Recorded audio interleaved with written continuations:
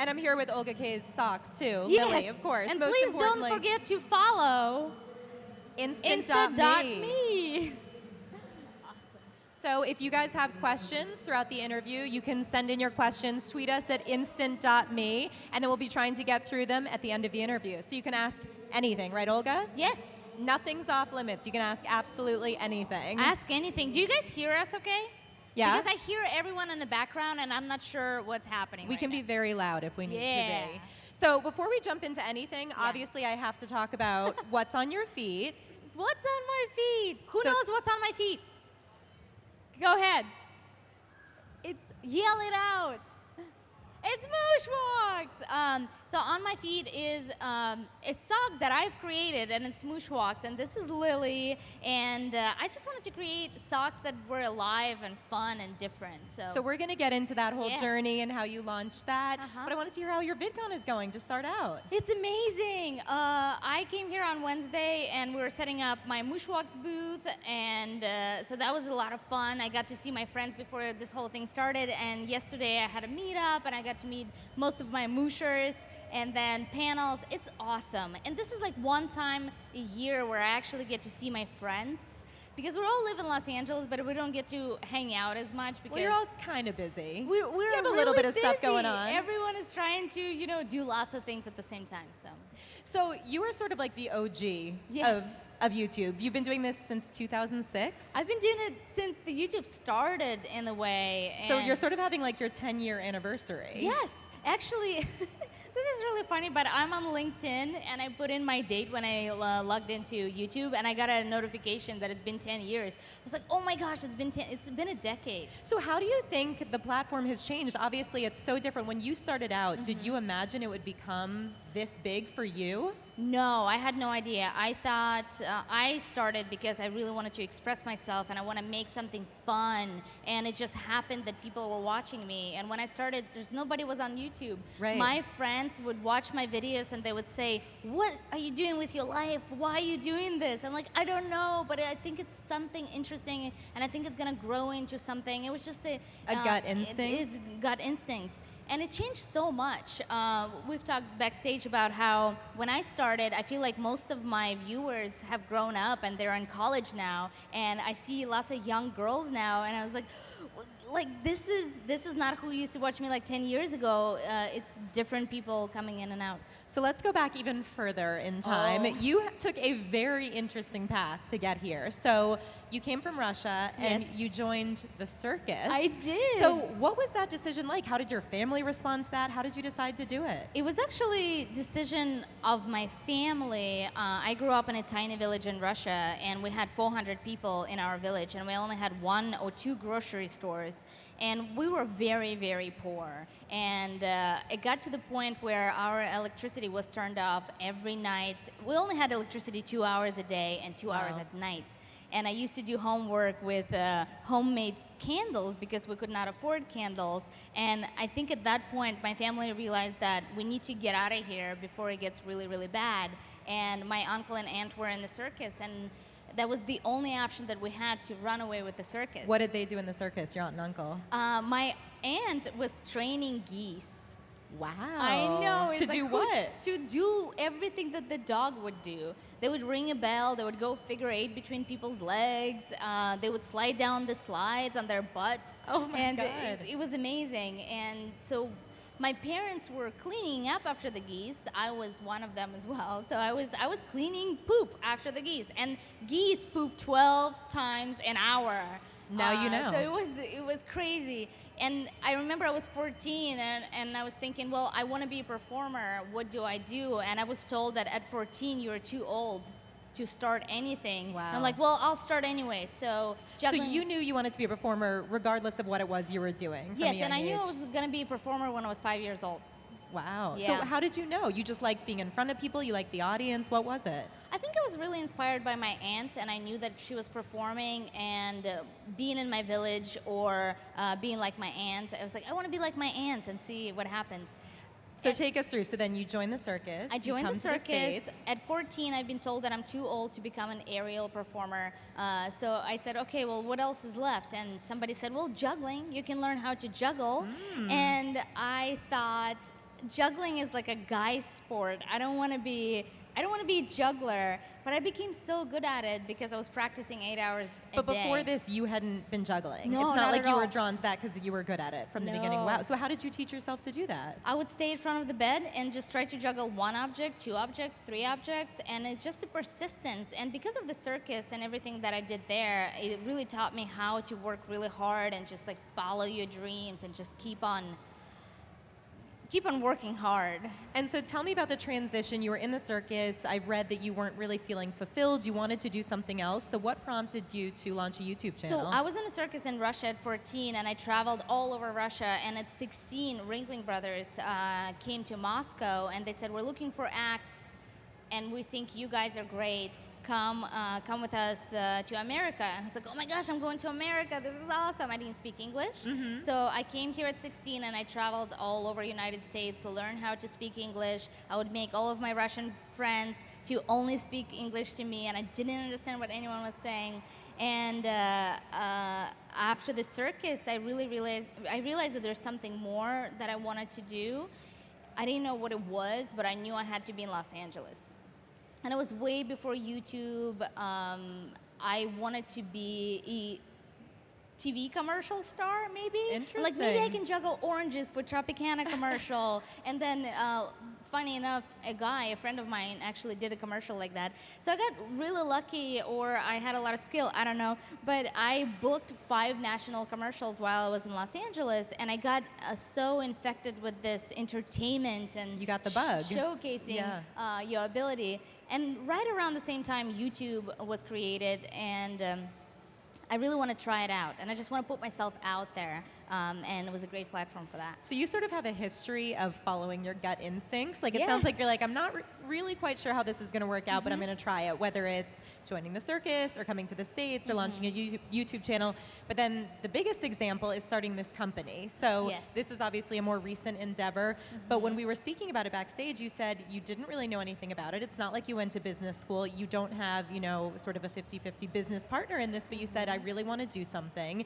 You came up with the idea, and you've been learning as you go. So how did you launch this product, and how much work was it really? Oh my gosh, it's so much work, and it still keep on going. But I remember waking up, and at that time I was making 23 videos a week on YouTube, and I had so many channels, and it was fantastic. If people didn't watch my sketch channel, they would watch my vlogging channel, and I was just so tired. And I remember thinking, I have all of my fans who love me. I do what I love. I don't have to go to the office. I make videos for a living.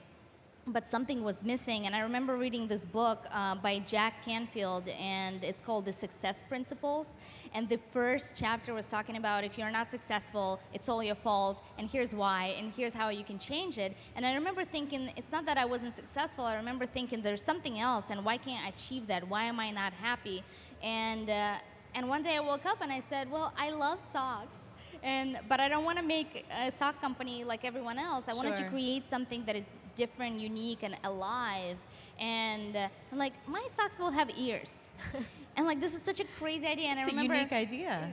And I was like, and I looked up, I Googled socks with ears, and there was nothing there. I'm like, wait a second, there's nothing there. And there's like 2 types of people. They can either say, well, there's nothing there, it's probably a reason for that. Or for me, it was, it's not there, I'm gonna make it, and I'm gonna make people love it. And I've created that. So I didn't have any business background. I just had an idea and a dream, and I just talked to everyone trying to understand what is the next step. And the next step was to find a manufacturer, and 6 people turned me down. And they said, oh, I'm sorry, we don't make ears. Can you go to somebody else? And I had to go and say, well, nobody makes ears. That's why we should probably figure out how we can make it happen. But that didn't deter you. It just motivated you to. Yes, I'm Russian. So when people say no, it's not possible, I'm like, yes, I'm on the right track. I'm gonna make it work. And so 6 people turned me down, and 1 person said, yes, okay, we'll try and we'll make it. And I remember creating a website, and I built it myself, and I knew nothing about that, and I created an e-commerce website. and I didn't even have the product yet. I just had drawings of my socks. And I made a video saying, guys, I'm starting this sock company. I don't know what I'm doing, but here are the drawings. Here's what the sock's gonna look like. And if you guys want to pre-order them, they're available. And it was actually this character, Lily, and I put a drawing up on November 25th, which is a National MooshWalks Day now. First person, her name is Alyssa White. She bought her first pair, and I was like, okay, maybe it's gonna work. You're like, there's one person out there There's that one wants these. person I'm gonna out there keep that doing loves it, so it's gonna work. And then my pre-orders, and it was right before Christmas, so a lot of people were buying them as gifts, either for themselves or their friends. And I realized that maybe I've created something that could work, and some people would love it. So I know a lot of people are curious about your plans to expand and do more. And if you walk by your booth out there, you'll see those pillows with the ears. So tell us, like, are you going to be doing more of that? Do you envision doing, like, is this a whole line? What's the plan? Yes, so MooshWalks were never just the socks with ears or wings. MooshWalks is a universe of characters, and they could do anything. And I tell this to people, and they look at me like I'm crazy. I'm like, just imagine, MooshWalks is like a mini Disney. Like, there's Mickey Mouse and friends, and MooshWalks have friends, and and I say that, and they're like, yeah, okay, you crazy lady. And I love when people react that way, because that means it pushes me to work harder, and it means you're doing something different too. Yes, and so it's going to be pillows with ears that will be coming out after summer, and hoodies with ears, pajamas with ears. I was asking for sandbags. If you guys don't know what it is, but in the film business, sandbags are holding things down so nothing falls off. And I posted on Facebook how I want some sandbags, and my friends commented saying, do you want some ears on them as well? So, so my friend's making fun of me. Sure, put ears awesome. on everything. Yeah. Why not? So yeah, it's going to be a bigger universe of characters with lots of different things that I'll create with them. So you mentioned how you do things a little bit differently. You have a reputation for being kind of out there, quirky. That's why your audience loves you so much. But I imagine that there was also a time when people felt like this isn't the space for it, and they maybe had sort of a negative reaction, because it is. It's not in keeping with what everyone else is doing on YouTube. It's really different. Yeah. So how did you deal when you got sort of that, like, negative feedback at first? I mean, I feel like I deal with it every day because it's not easy to. There's a misconception. People think that if you start a business and if you come from a YouTube background and you have fans, you just want to make a lot of money. And it's a huge misconception, because starting a business is actually really expensive. So there's a lot of things you're like, is that a right thing I'm doing? I'm going to be spending so much money on this, on that, and the other. Is that right? Will I be able to pay my rent? And my answer to that is, I am Russian. So I have a crazy idea in my brain, and I follow through, and if it doesn't work, I just did an article for Entrepreneur magazine, and one of the tips I gave younger entrepreneurs is, if you fail, because you will fail along the way somewhere. If you fail, just fail forward on your face, because if you fail on your face, it's easier to get up and keep going instead of failing on your butt, and then it's harder to get up and do the same steps. And then what about in terms of comments or, tweets, comments on Facebook, on YouTube? Do you read those? Did you read them at the beginning? Do you build up a thick skin? I do. I actually been going through a very interesting time on my YouTube channel. I always had very supportive fans, and if I had any haters, my fans would trump them down, and I would never see the hate comments because we have a thumbs down system. Sure. And recently, I've noticed there has been a lot of negative feedback, and people were concentrating on, oh, you have so many subscribers, but not that many views. What happened to you? So I had to make this video. And everyone would say this phrase, I think your channel is dead. I think you are dying. And I was like, okay, I have to address this. And so did you consider not addressing it, or were you thinking about it for a while, and then you said, you know what, I really need to address this. I want to answer their questions? Yeah, my initial response is always ignore the negativity, just focus on what you're doing and just keep going. And then when it was happening so much, I was like, okay, I need to address it, because people don't realize what I'm going through, and I'm at fault as well, because I'm not talking about it. I'm just working hard, and I'm just, whatever is positive, I put it out there, and people don't know what's going on behind the scenes. So I made a video titled, Am I Dying? And I created this graph of my YouTube career and the ups and the downs, and starting my business and everything that went into this. and and it was a really positive feedback because people finally realized that, oh, she's a human, she's discovering her ways. And YouTube in general, I mean, I consider myself being very lucky because I feel like YouTube in general, people that have become popular, they only popular for maybe 3 years, and then they either take off and go to a different platform or they do something else, and the lifespan is shorter. But I've been around for 10 years and I still feel like I belong to this community, and I have very supportive fans who came to my booth and said, we've been following you from the beginning, we can't believe you made this and that and the other, and you're doing so many different things. So yeah, so the hater feedback, it's there, and I take it in, and I had to address it for that. Sure. And how do you think, the industry is so different now than it was 10 years ago. There's so many different platforms. Do you think if you were just starting out now, would you join YouTube in its current state? Whew. Because like you said, it was so different. People didn't know it back then. Yeah, it's a tough question. I guess people always told me, Olga, you work too hard. Work smarter, not harder. I'm like, I don't know how. I just work hard. I think I would, just knowing my personality, I would. But I definitely would approach it differently. When I started on YouTube, nobody knew what we were doing. We were just building the community. And later they created the creator books where it teaches you how to become YouTube popular. And I read those books and I'm like, that's what we did. Like, we've created that system. Well, you helped set the stone for that. Yeah. And so now I feel like it's harder to become successful, but at the same time you have all these tools, because before we didn't know what we were doing, and YouTube was just like watching us. They're like, what are they doing? How are they bringing people here? Like, what is going on? And so to answer your question quickly, I would do it, but I'll look for the gaps and see what's missing and see how I can fit into the gaps. Because a lot of people doing a lot of the same things, and I think that's wrong. But also a lot of people have so much opportunities now with different platforms, Snapchat and Instagram, and there are personal celebrities on all of these platforms.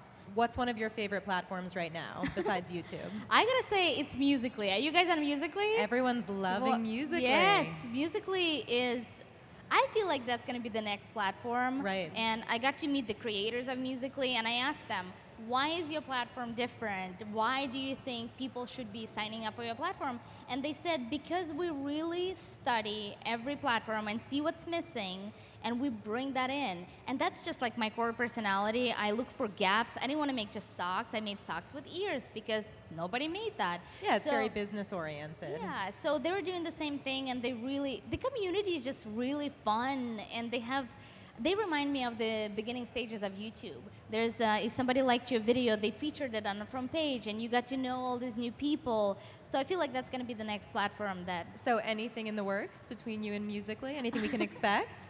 Yes, there's a little thing that we're doing.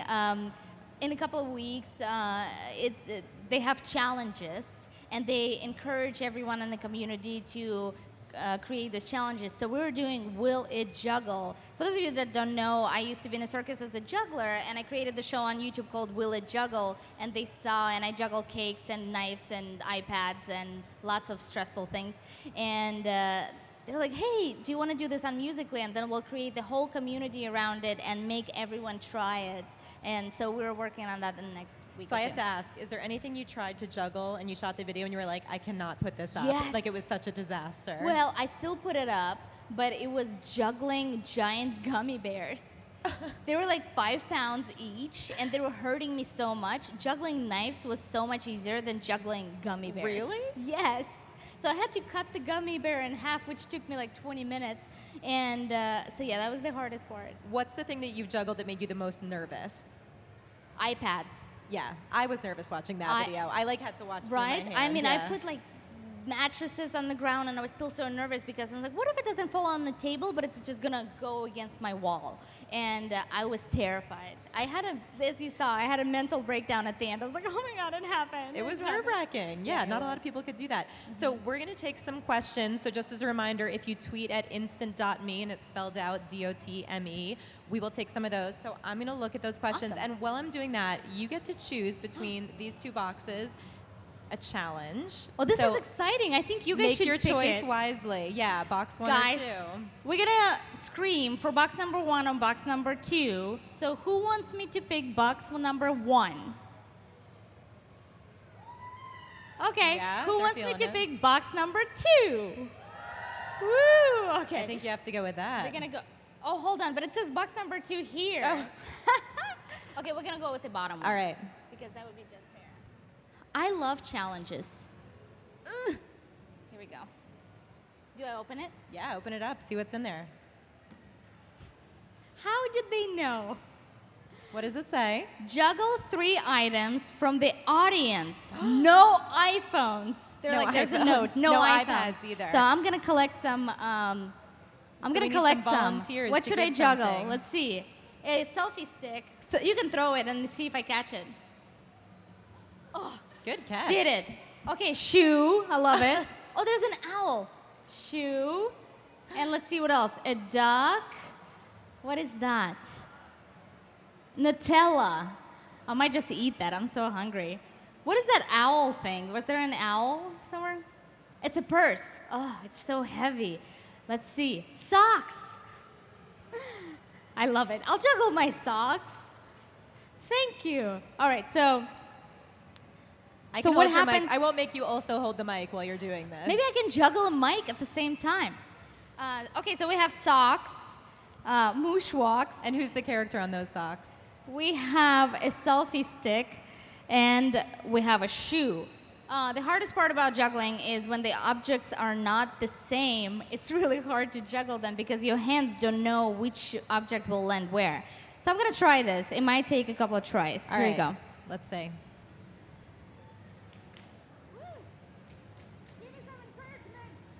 She wants some encouragement, guys.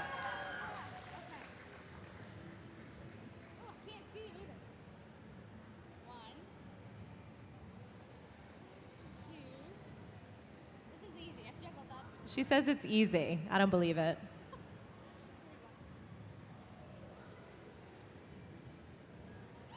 Whoa.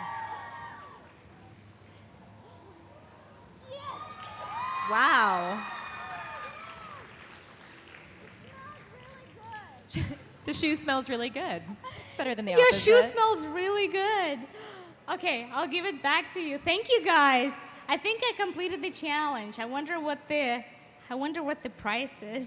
Thank you. So we have some questions on Yes. Twitter at instant.me. So people want to know who you follow and who you're really excited about on YouTube. On Instagram? On where? YouTube. On YouTube. Yep. I've said this for a couple of years, and my answer is not changing yet. Okay. My favorite creator on YouTube would be Anna Akana. And how come? Yeah, fans of Anna Akana. She's inspirational. She's a real person who is going through real life. And what I love about her is that she takes everything that is happening in her life and she turns it into a positive comedy sketch and Great. very relatable. And Allie Moore at Wow Allie Moore wants to know, what's your spirit animal and can you make it into a character? Where's Allie? What a Over great there. question.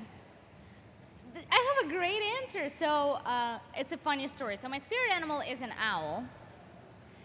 And his name is Carl. And why is it an owl? And this is a funny story.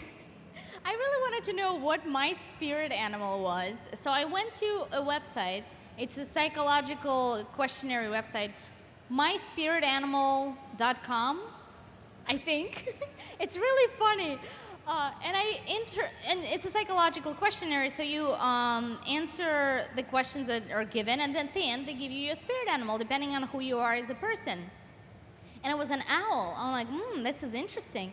And I read everything about the owl, and it said that they're really wise beyond their years. I'm like, well, that's kind of like me. And people on YouTube always thought of me as an older sister or their mom. And then they see in the dark and they see things that other people don't see. And I'm like, well, that's kind of related to MooshWalks. I created socks with ears and nobody's made that before. I'm like, I think it kind of belongs so well. So owl is my spirit animal, and I actually created an owl sock that is at the booth back there. And it's yellow. Great. Yeah. Well, thank you so much for being here. Congratulations on all Thank your you. success. We're so happy to chat Thank with you and guys thank so all of much. you. Thank you. Do we take this with us?